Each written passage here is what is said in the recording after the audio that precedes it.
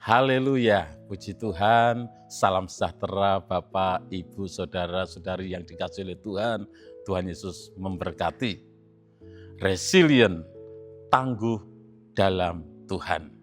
Hari ini kita akan kembali bersama-sama belajar firman Tuhan. Dan saya akan membacakan sebuah ayat di dalam Amsal pasal yang keempat ayat 23. Demikian bunyi firman Tuhan.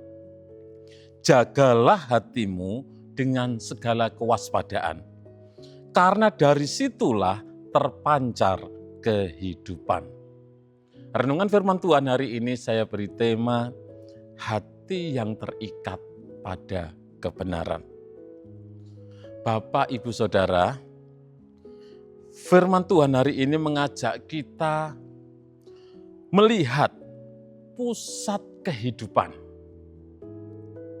Pusat kehidupan rohani manusia, bukan dari luar, bukan dari aktivitas, bukan dari pelayanan, tetapi dari dalam, yaitu dari hati.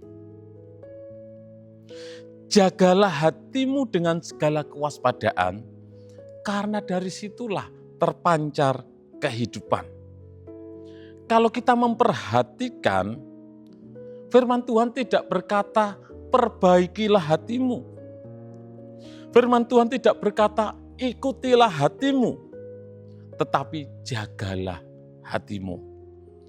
Artinya hati adalah sesuatu yang berharga, tetapi juga rawan.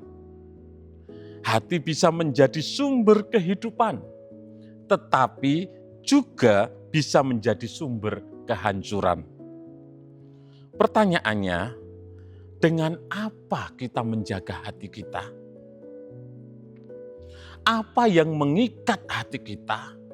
Apa yang menata hati kita? Apa yang menstabilkan hati kita?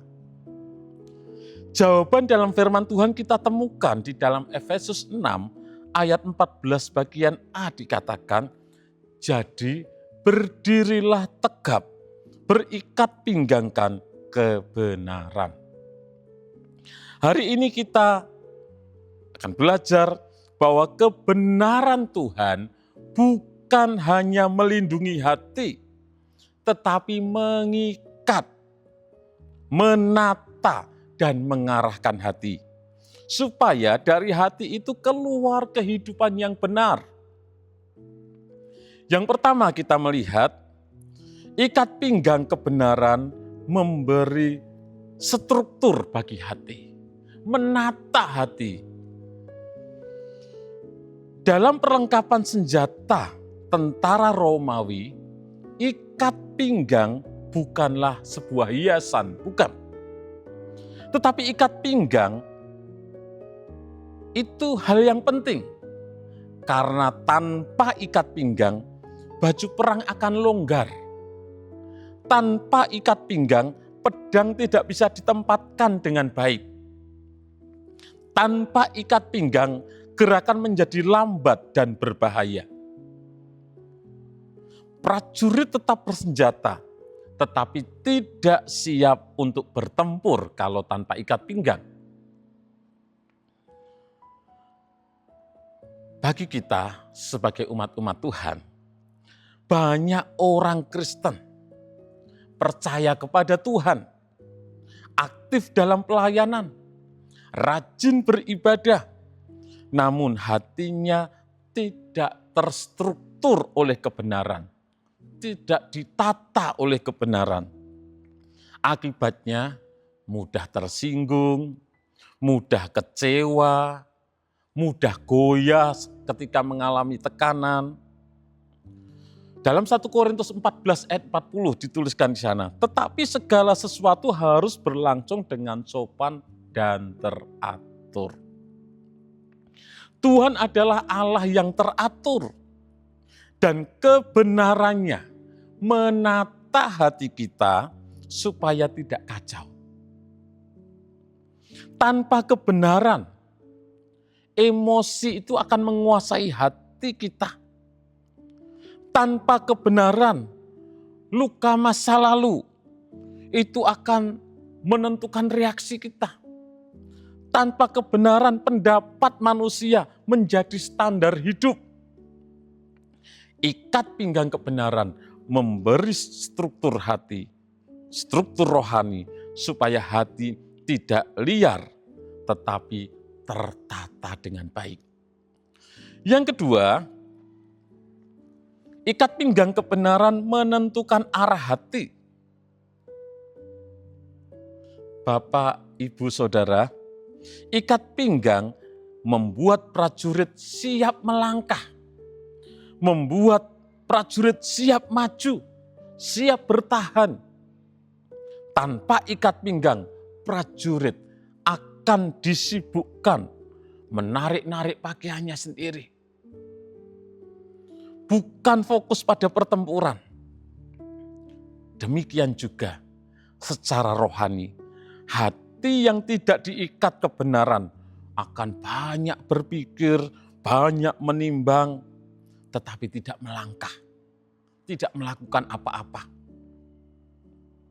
Karena hidupnya dikendalikan oleh takut salah, takut ditolak, takut gagal, dan lain sebagainya. Mazmur 119 ayat 105, firman-Mu adalah pelita bagi kakiku dan terang bagi jalanku. Bapak Ibu,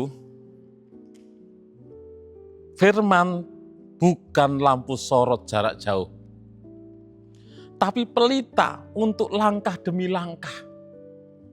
Hati yang terikat kebenaran tahu kemana ia melangkah, meskipun tidak tahu semua jawaban. Amsal 3 ayat 5-6, percayalah kepada Tuhan dengan segenap hatimu, dan janganlah bersandar kepada pengertianmu sendiri. Akuilah Dia dalam segala lakumu, maka Ia akan meluruskan jalanmu. Jadi bukan perasaan kita yang meluruskan jalan. Bukan logika kita semata yang meluruskan jalan. Tetapi kebenaran Tuhan itu yang meluruskan jalan hidup kita. Yang ketiga, ikat pinggang kebenaran mengikat, namun memerdekakan. Secara logika manusia, diikat berarti dibatasi. Namun dalam kerajaan Allah, diikat oleh kebenaran justru membebaskan. Tuhan Yesus berkata dalam Yohanes pasal 8 ayat 32, kamu akan mengetahui kebenaran dan kebenaran itu akan memerdekakan kamu. Hati yang tidak terikat kebenaran mudah iri ketika melihat keberhasilan orang lain.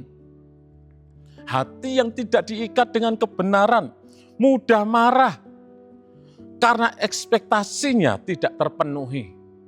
Hati yang tidak diikat dengan kebenaran mudah pahit karena luka lama. Lukas 6 ayat 45, orang yang baik mengeluarkan yang baik dari perbendaharaan hatinya. Masalahnya bukan di luar, tetapi apa yang ada di dalam hati kita. Apa yang disimpan di dalam hati kita. Kebenaran Tuhan membersihkan isi hati. Kebenaran Tuhan menyaring motivasi. Kebenaran Tuhan menenangkan emosi. Kebenaran Tuhan selalu menolong kita, umat-umat Tuhan. Bukan dengan menekan perasaan, tetapi dengan menundukkan hati kepada firman Tuhan. Bapak Ibu yang dikasihi Tuhan, Amsal 4 ayat 23 bukan sekedar nasihat bijak, tetapi peringatan rohani. Jika hati tidak dijaga, kehidupan akan bocor kemana-mana.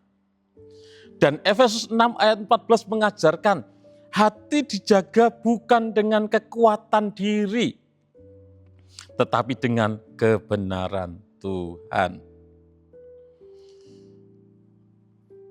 aplikasi bagi kita Bapak Ibu, ikat hati dengan firman, bukan perasaan. Ikat keputusan dengan kebenaran, bukan tekanan.